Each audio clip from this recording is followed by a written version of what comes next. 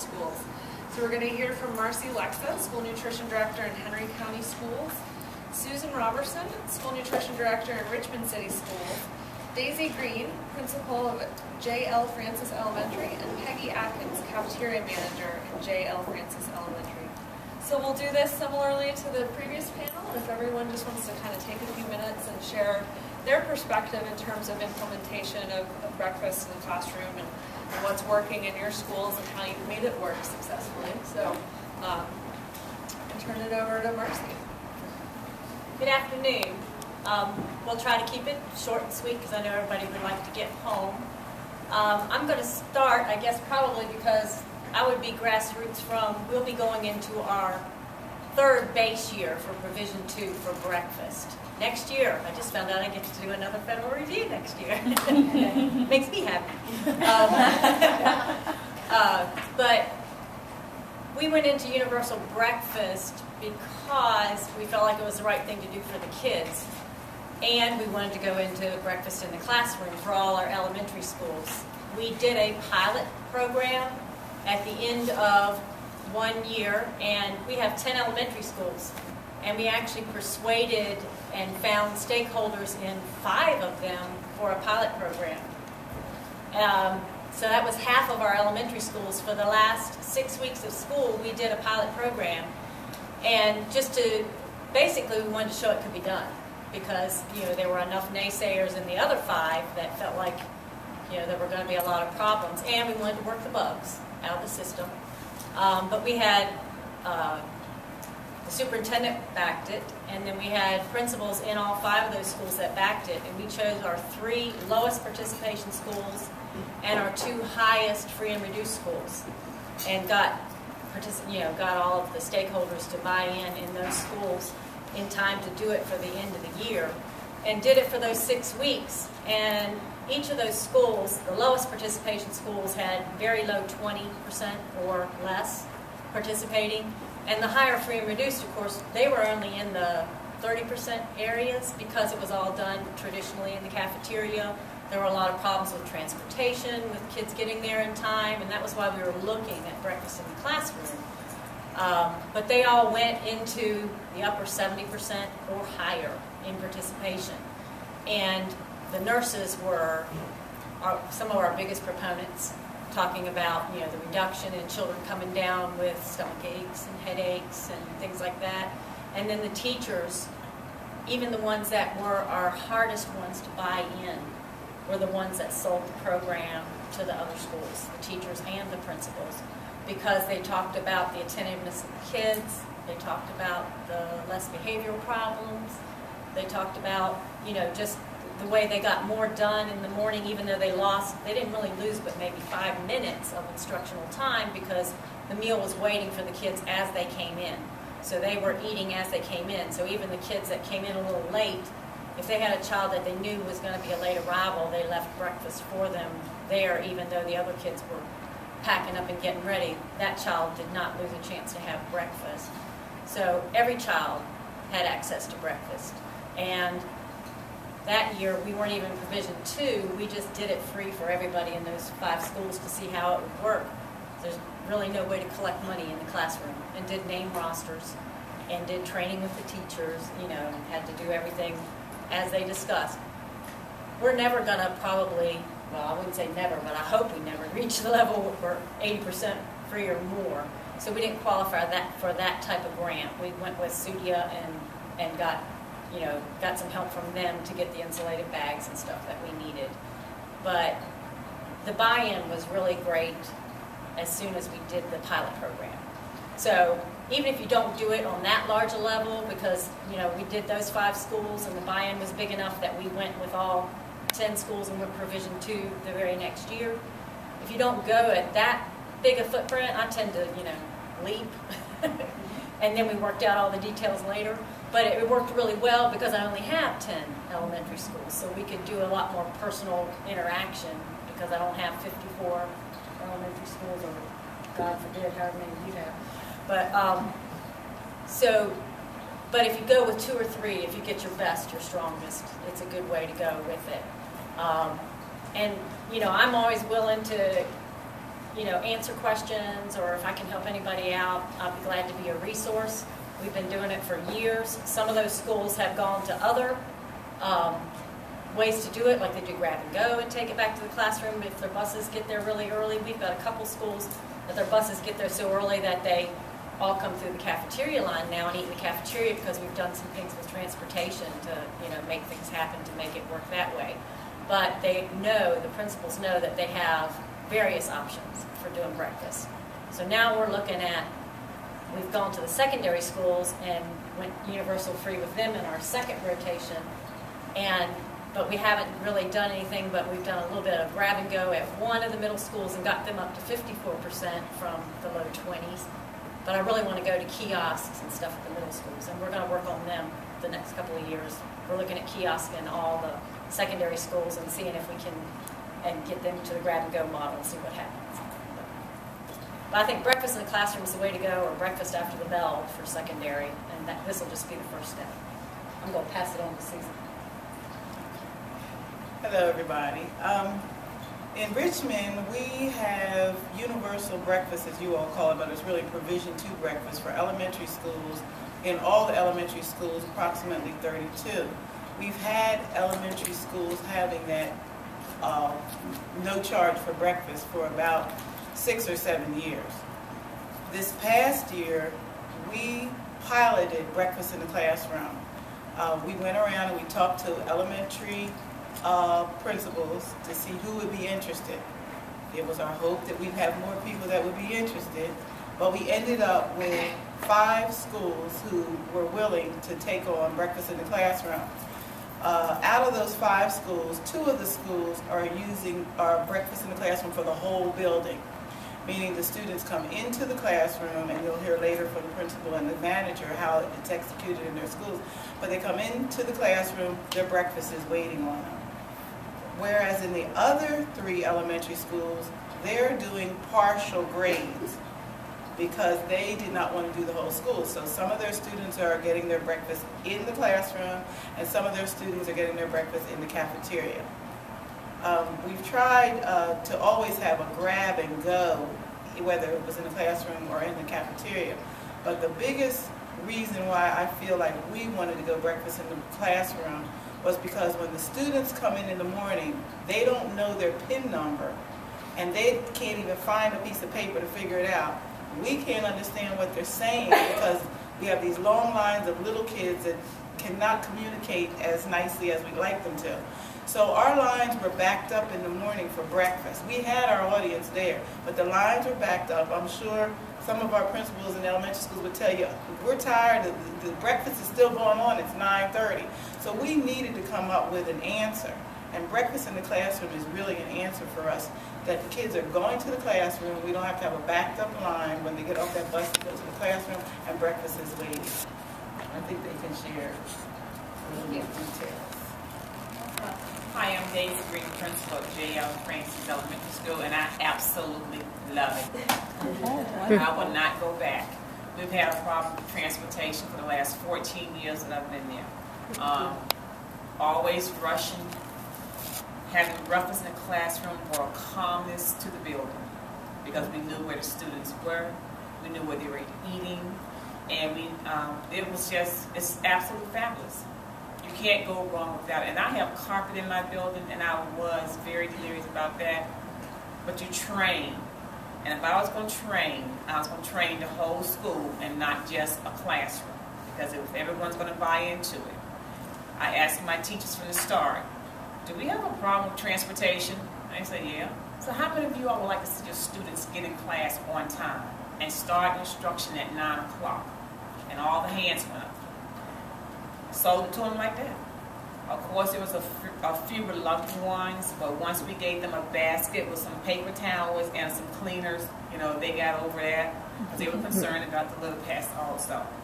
But as far as a whole school, my kids are there on time, the calmness is more than anything that we want, because I was always running around trying to release resource teachers to go to resources, because we had students in there at 9:30. If you had a late bus coming in, you still had to have someone inside that cafeteria, back cafeteria manager up in order to get them fed into the classroom setting. We also did train our parents because we didn't want to feed students all morning long. So you have to be in the building and before 9 o'clock. And so by 9:50 at the latest, we have trained our parents. It has decreased tardiness because now parents are bringing the kids in because they know before 9:50 they have 10 minutes to eat. Because at 9 o'clock instruction starts.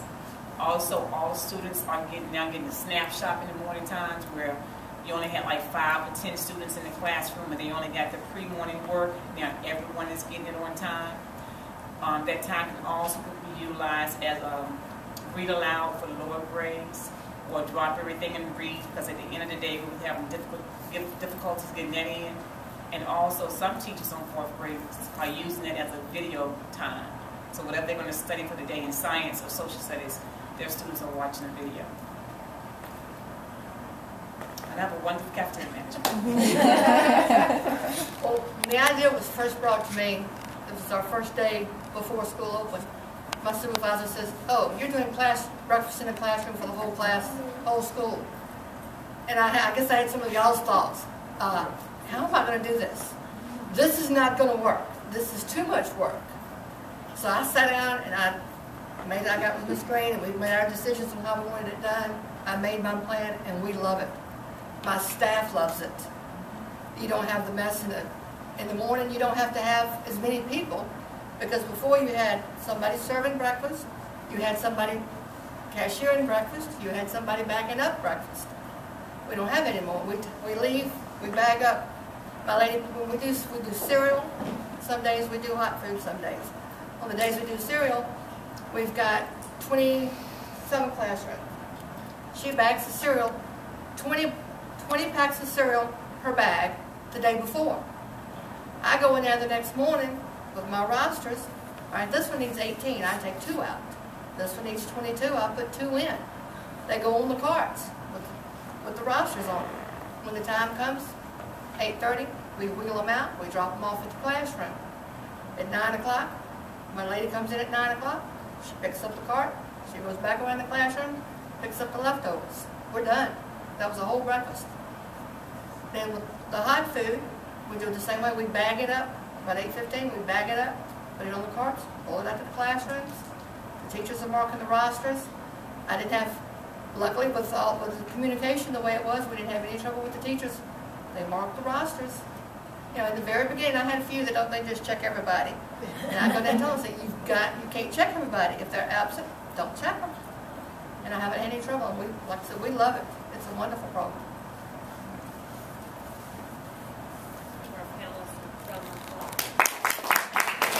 If anyone has any questions, I think we can just start shouting them out. I think it's great that you guys love the program so much, and I think one of the things that we want to do is start linking up stakeholders with other stakeholders, those that are new to the program and those that have been doing it for a while.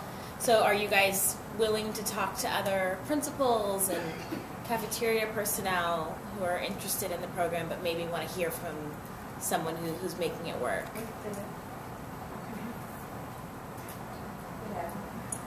Marci, what is your free and reduce? The overall free and reduced for the district is 65 point something.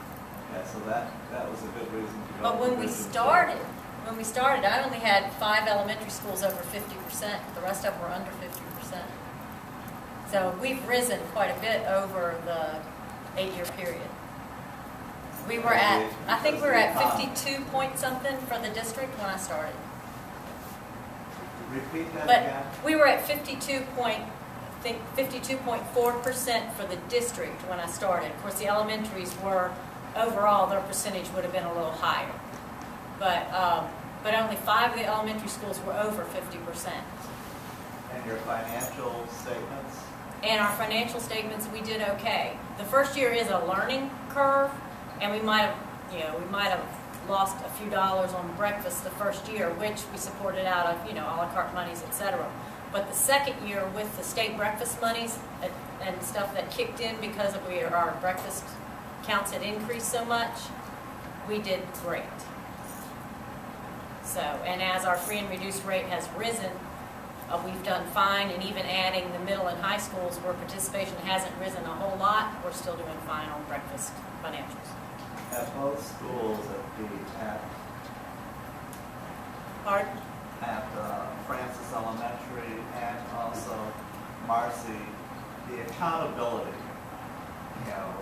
being audited, making sure that, bills that are taken to the classroom are accounted for properly. And I'm assuming you're using all 4 components, so offer versus serve is off the table in the classroom.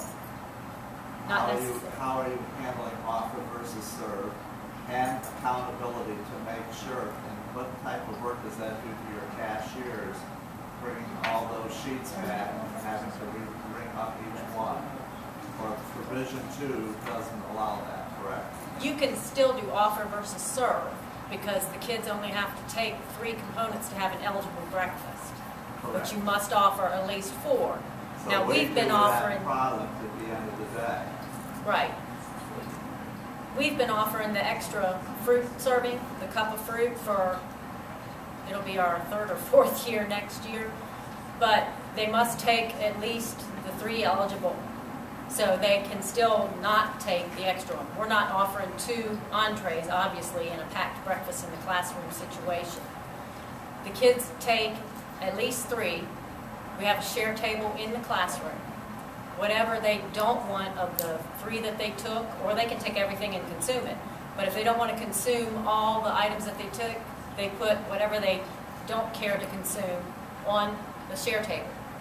The share table is there for children who come in who are from really food insecure households. They may take everything, consume everything, and still be hungry. And they can go to that share table and they can, help themselves to an extra juice or an extra milk, or sometimes there's even extra entrees there because you have kids that come in that ate breakfast at home, they had an hour bus ride, and they'd like to have a juice before they start the day and, participate with the other kids. So they might come in and take the 3 eligible items and consume the juice and put an entree and a milk over there, or an entree and a fruit, which is then other children who are eligible in the program can have that extra serving. And for the Board of Health reasons, how long is that share table up for? Well, there's only going to be less than half an hour that food's going to be available. Okay. Less than half an hour. All right. We don't have a shared table. Depends on the Board of Health. Yes, I'm sort of feeling uncomfortable with the shared table idea, I'll be honest with you. So our children that don't eat the food is going back, and in most cases it's being disposed of. But Ms. Atkins can tell you that there's not much food coming back from your classrooms. Wouldn't you agree? No, very seldom I get much back. Right. If I get anything back, it's still, like I said, our cereal breakfast come pre-packaged. It's got the cereal, the spoon, the little box juice, and the bag of cereal. Now, when they come back complete, I can reserve those again.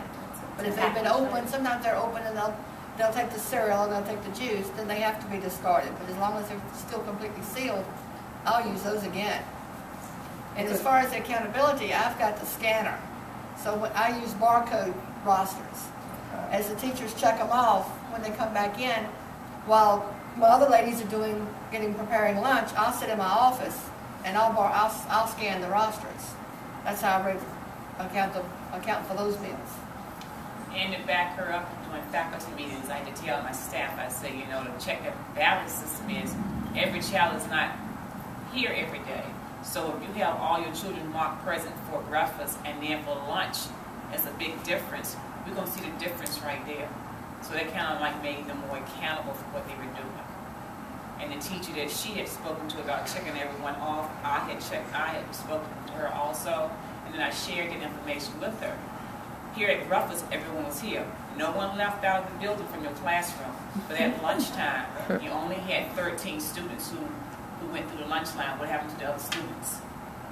So you have to check and balance system in there.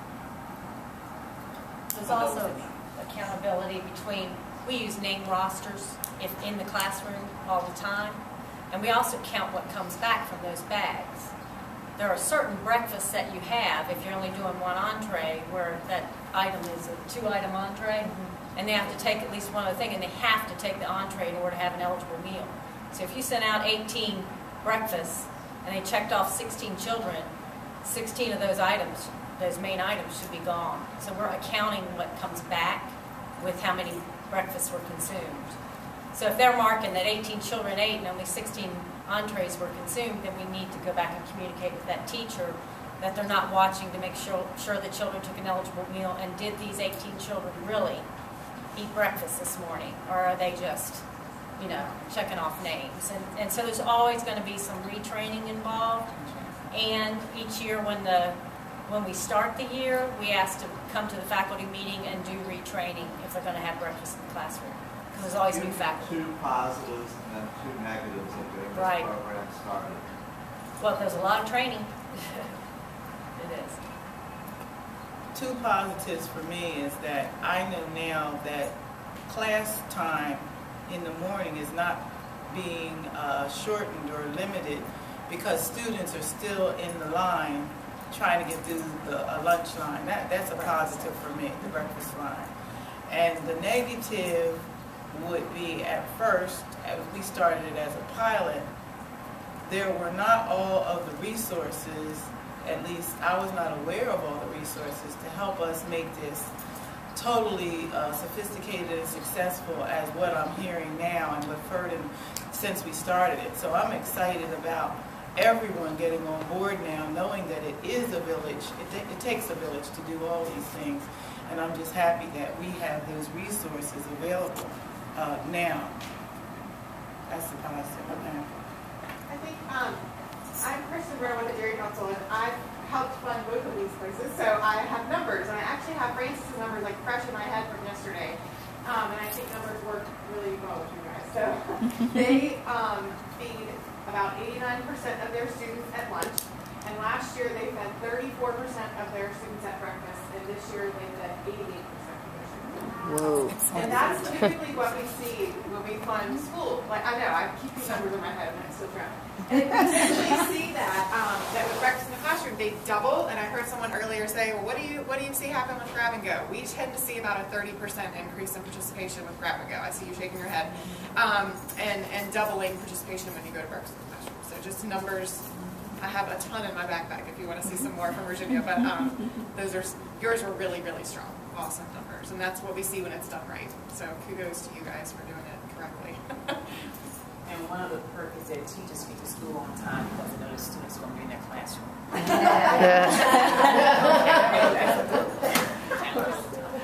I was just wondering if any of the panelists could share some of the other, benefits that I don't know if you've been tracking anything with absenteeism or tardiness or any of those other indicators since you've started your breakfast programs you'd be willing to share? Our tardiness have decreased a whole lot. I mean, because they know the expectation is that breakfast will start. Yeah, you have up to 8:50 to get there to get breakfast. And by 9 o'clock it's over with. And so those little ones came in at 9:15 and 9:10, and I explained to their parents they're not on a bus. You have to get them there before 9:50. I have no problem with it. I have about 10 targets now. I think from my standpoint, the behavior is better, because I would have kids that, transportation was late, they didn't get to eat breakfast, or they came in to get breakfast and then in the last 5 minutes they had to gobble it and leave and they were still hungry. So then the first group of kids that come into lunch were pushing and shoving and grabbing and everything, and we don't have that this year. And, honestly, I can't say it's because of the breakfast in the classroom, but I believe it's the breakfast in the classroom, because they're not starving to death when they get to lunch. And they are fed and they're ready to learn.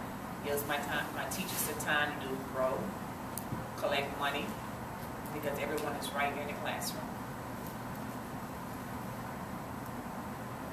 Any other questions?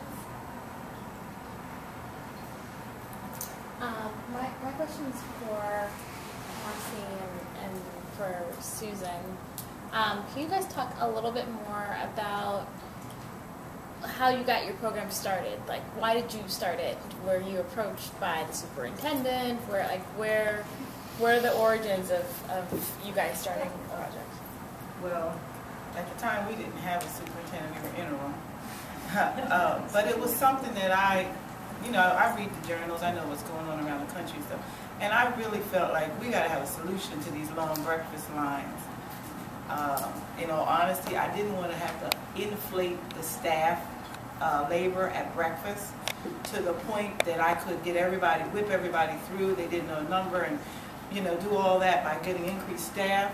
So I kept saying, we got to do breakfast in the classroom. And really and truly, when I began to talk about that, I think I talked about it last year, telling everybody in my department we were going to do that. Nobody really believed it. But then we needed to get with the principals and see who was going to be, in a sense, brave enough to take it on. So then one of my supervisors, Miss Atkins, immediate supervisor, she began to be the marketing person. And there she was, going around with a little bit of literature, knocking on the doors, talking to the principals, telling them how it was going to work, explaining to them this, that, and the other. And she was really the person who single-handedly went around to the principals and got their buy-in and said, yes, I'll try it. And then we had redistricting in our district. We had a lot going on in the last year. Our whole elementary schools were all redistricted. That means you used to go to one school, now you're going to another school. Numbers were going up in schools. Now, we already had a problem where we were having long lines at breakfast, and now we've got the numbers changing in the schools. Sometimes we didn't know about it until it happened because it was just that much of an impact quickly. It was going to be a problem. So we had that going on. So we really took on a big challenge, and the one school that's not represented here today is Broad Rock. Broad Rock went from being like a school of 300 students last year. They have 700 kids in the building this year. Now, the same people in the building from last year are there. That same 300 mentality. Well, we can talk to them now, they're veterans, they know what they're doing. But now we're doing 700 breakfast, 700 lunch. Those children are eating over there, probably 89% participation, if not 90-some. We had to do something. And breakfast in the classroom was the answer. So it was just, I know it's what's best, and it is difficult and it's hard, because we have to deal with our wonderful principals who we love, and all the flack from everybody trying to get this implemented. But it is what's best, but it's not easy. I'm being real with you. It's not easy, is it easy? It's a lot of work. It's a lot of work.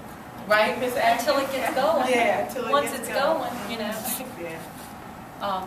I started it because I went to, I was in my first year in school nutrition. I've got years and years of healthcare, food service, and private school food service, but I came to school nutrition. And I went to the March State Convention, and they were talking about expanding breakfast, and it was hosted by SUDA. And they were talking about ways to expand your breakfast participation, and I went back and, breakfast in the classroom was one of the ways. And I went back and looked at our breakfast participation, because I didn't have our percentages with me. And I thought, well, this is dismal, because we weren't even feeding half of our free and reduced. So we fit in that category of you're not even feeding half of your free kids breakfast. And I knew that that was something that they needed, was to get breakfast in them for the day. And so that started me on my campaign to start a breakfast, to start the breakfast in the classroom, and to start free breakfast for all of our kids, at least in the elementary schools. So from where I went to the state convention in March to the last 6 weeks of school is how we got it going. So we just, sometimes I get an idea and it becomes an obsession really quickly. Yeah.